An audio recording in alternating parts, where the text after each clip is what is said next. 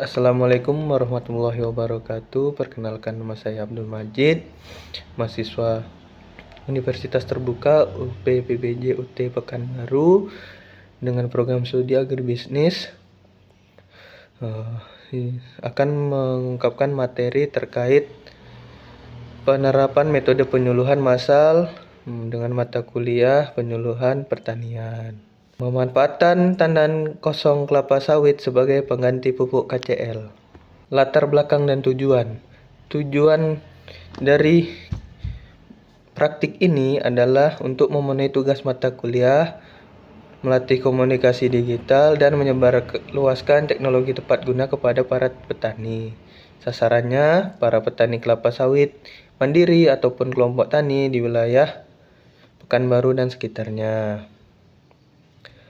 Masalah yang akan dibahas ini yaitu karena pupuk KCL itu terus melonjak, sementara limbah tandan kosong kelapa sawit menumpuk dan tidak termanfaatkan di kebun dan PKS atau pabrik kelapa sawit perkebunan sawit.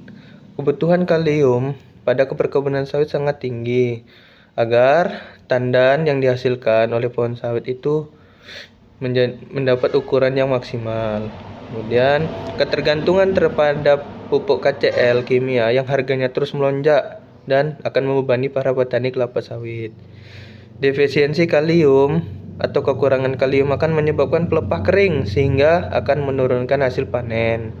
Kemudian adanya masa trek yang panjang akibat kekurangan unsur hara akan memperlambat siklus produksi sawit. Kenapa saya memilih tandan kosong kelapa sawit sebagai kalium alami atau sumber kalium alami? Karena setiap satu tandan ton buah TBS yang dipanen akan menghasilkan sekitar 220 sampai 230 tandan kosong kelapa sawit. Jadi limbah ini merupakan sumber bahan organik yang berlimpah dan kaya kalium dan nutrisi, sehingga menjadikan solusi alami yang efektif sebagai pengganti pupuk KCL kimia yang kini harganya semakin mahal. Apa saja sih kandungan nutrisi tandan kosong kelapa sawit? Dalam 1 ton tandan kosong kelapa sawit itu bisa berisi 12 kilo KCL, 3 kilo urea, 2 kilo gliserit, dan 1 kilo TSP.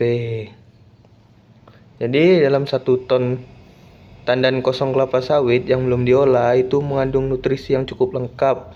Apa sih manfaat menggunakan pupuk kompos tandan kosong kelapa sawit? Yang pertama, yaitu memperbaiki struktur tanah menjadi lebih gembur dan subur. Kemudian menjaga kelembapan tanah sebagai mulsa yang alami dan efektif. Kemudian memicu pertumbuhan akar serabut pada tanaman sawit. Dan bahan apa saja sih yang digunakan untuk membuat pupuk kompos tandan kosong kelapa sawit? Setiap 1 ton tandan kosong kelapa sawit itu bahan yang diperlukan yang pertama itu 1 liter larutan M4, kemudian 1 kilo gula merah, kemudian 100 liter air. Sedangkan alat yang diperlukan yaitu parang ataupun mesin pencacah yang digunakan untuk menghaluskan atau mencacah tandan kosong kelapa sawit, kemudian alat penyiram, dan kemudian terpal yang akan digunakan untuk menutup. Tahap pertama yaitu pencacahan tandan kosong kelapa sawit. Jadi tandan kosong kelapa sawit itu harus dicacah hingga berukuran sekitar 5-10 cm menggunakan parang ataupun mesin pencacah. Ukuran cacahan yang kecil ini akan memperluas permukaan bahan organik sehingga mempercepat kerja bakteri dekomposer dalam fermentasi dan pengomposan. Tahap kedua itu pembuatan larutan dekomposer. Campurkan 100 liter air bersih dengan 1 kilo gula merah yang telah disisir halus dan 1 liter larutan M4 ke dalam wadah besar. Kemudian diaduk hingga merata dan didiamkan selama 15-30 menit.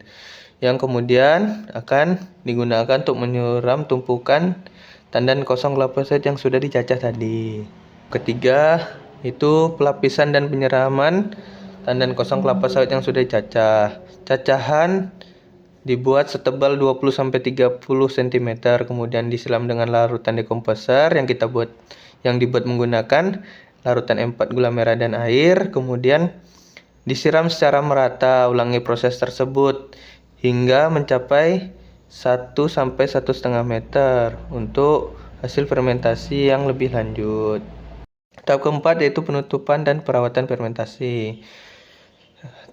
Tandan kosong kelapa sawit yang sudah dicacah dan disiram menggunakan larutan dekomposer ditutup menggunakan terpal dan dibalik setiap 7-10 hari sekali agar dekomposer merata dan prosesnya menjadi optimal.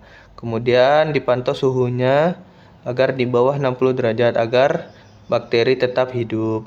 Setelah dibalik sekitar 7-10 hari, ciri-cirinya jika sudah jadi yaitu suhu menurun menjadi suhu lingkungan, kemudian volume menyusut setengah dari tumpukan awal, kemudian warna menjadi coklat, kemudian tekstur remah dan tidak lengket, dan aroma seperti tanah hutan yang segar. Dosis dan cara pengaplikasiannya. Setiap 20 kilo sampai 30 kilo bisa diterapkan kepada 1 pohon kelapa sawit agar hasilnya optimal. Cara penerapannya itu dengan menaburkan kompos tandan kosong kelapa sawit di sekitar pinggiran kelapa sawit. Kemudian pastikan agar kompos tidak menutupi pada pangkal batang untuk mencegah pembusukan. Kesimpulan dan dampak ekonomi. Penghematan biaya pupuk KCL hingga 50% dengan penggunaan kompos tandan kosong kelapa sawit. Kemudian produktivitas TBS meningkat secara maksimal dan berkelanjutan. Kemudian tanahnya lebih subur dan sehat serta kaya unsur hara sehingga sangat baik untuk jangka panjang. Kemudian tandan kosong kelapa sawit juga mendukung pertanian mandiri sehingga bisa dikerjakan oleh atau bisa dibuat oleh masyarakat sendiri dan ramah lingkungan serta lebih hemat dari segi biayanya dibandingkan daripada kita membeli pupuk KCL. Sekian, terima kasih. Saya akhiri. Assalamualaikum warahmatullahi wabarakatuh. Lebih dan kurangnya saya mohon maaf. Terima kasih.